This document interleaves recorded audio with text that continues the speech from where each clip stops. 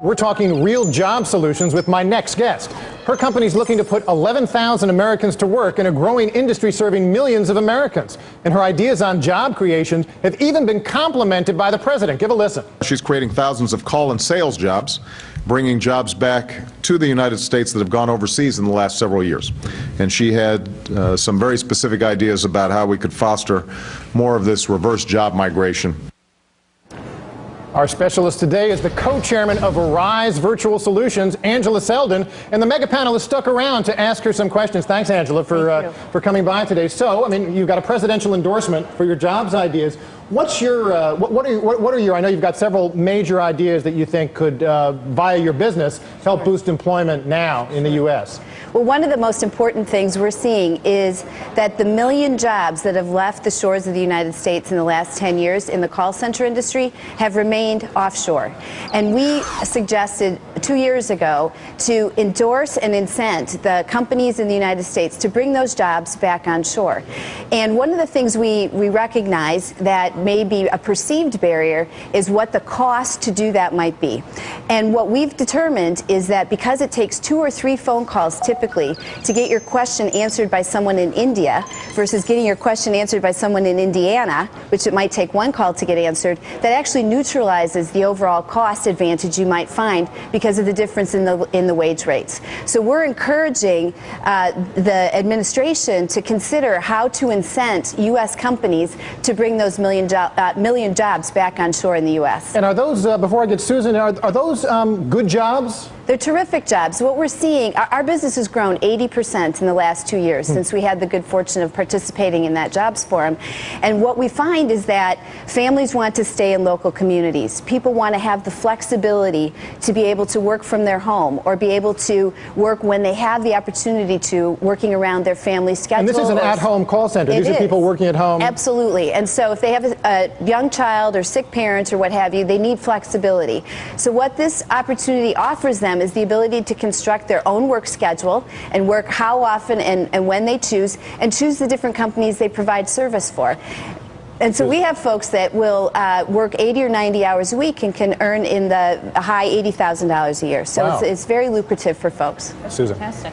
Angela, my question is that clip that we saw was from about 2 years ago, and the president mentioned some specific recommendations that he was going to consider and hopefully implement. Have they been implemented? It seems to me that a lot of people who are offering solutions aren't seeing them followed through on by the administration. I'm just curious if any of the things back then have come to fruition. I think it's a great question, and I know that there were 150 executives at that meeting and lots of ideas that were being generated. We haven't seen specific action being taken on the ideas that we had offered up yet, but we know that what we are seeing is U.S.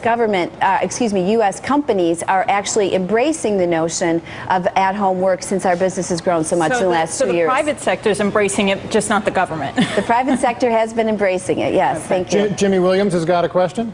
So I like what you're doing, and the idea, and listen, I was on the phone the other day for 2 hours with someone in India, and it really, to be honest with you, pissed me off. So here's my question. But Jimmy, sometimes you're hard to understand, I'll have to confess, and I'm right here in New York. You think I'm hard to understand? Hell, you had no clue what I was having to deal with, but that's another issue.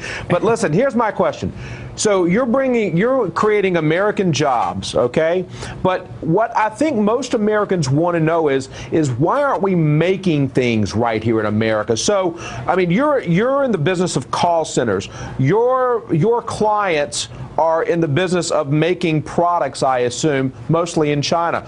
Are you encouraging your clients, the people that you're actually establishing American call centers for, to actually bring jobs back here to make products, and then when something goes wrong or right with those products, then they call into your call centers in Indiana?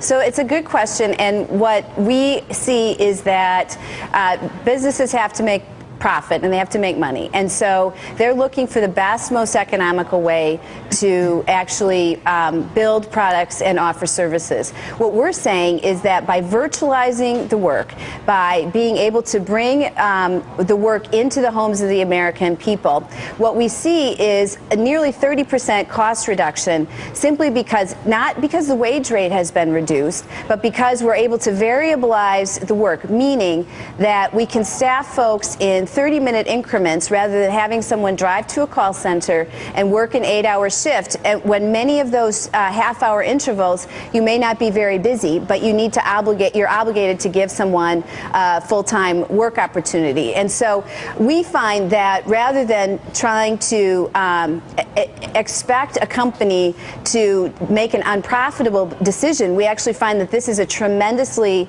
advantageous decision for a company to make because it has economic benefit in the range of about a 30% cost reduction for American companies. Karen Finney's got a quick question. Yeah, I mean, it sounds a lot like it kind of builds on the idea of flex time in a lot of ways, or some of the same principles. Here's my question to you. We hear over and over again that regulations are a real barrier for job creators, such as yourself. So my question is, in this industry, are there certain regulations that currently exist that would be helpful to have removed? Would that help make it easier for people to kind of explore this option? Or are there not regulations? Well, to Susan's question earlier, which I think was a good one. What's standing in the way? What are the barriers? And that's the question you're asking as well. And the advantage we see to this kind of program is that there aren't barriers. We have a network of over 20,000 small businesses in the United States today who are able to provide for their families by doing this work. There's no barrier right now for them to be able to create their small business and be able to provide work to their family and to their business. And so we believe that the one thing that could be very interesting is for the administration to look at the social contract that has been created between traditional employees and employers and determine whether or not that social contract still makes sense. Today's American workers want flexibility, they want choice, they want the ability to work when they can and how often they can, and they may want to take their specialized skills and apply them to multiple companies rather than actually just simply doing work for one company. And many of the traditional labor laws that exist in the U.S. today are very much oriented around that very traditional labor relationship between an employer and an employee, and we think there's some possibilities to be able to open up some and take some fresh looks at ways that we can encourage more small business creation. We know there are about 550,000 small businesses created in 2010, and that is really one of the best places for us to get these 13 million folks that are unemployed back to work. That's going to be grist for another segment at some point on how we can reform the labor law and independent contractors. Thank you, Angela Selden, the company's Arise Virtual Solutions. I know Jimmy is dissatisfied that you haven't solved the manufacturing crisis in America as well as employing 11,000 people. That wasn't enough for one year for Jimmy Williams. But thank you for joining me today. Thanks as always to the mega panel, who seems like you've been here like mega amounts of time today. So that's Jimmy Williams, Karen Finney, Susan Del Percio. Thanks as always.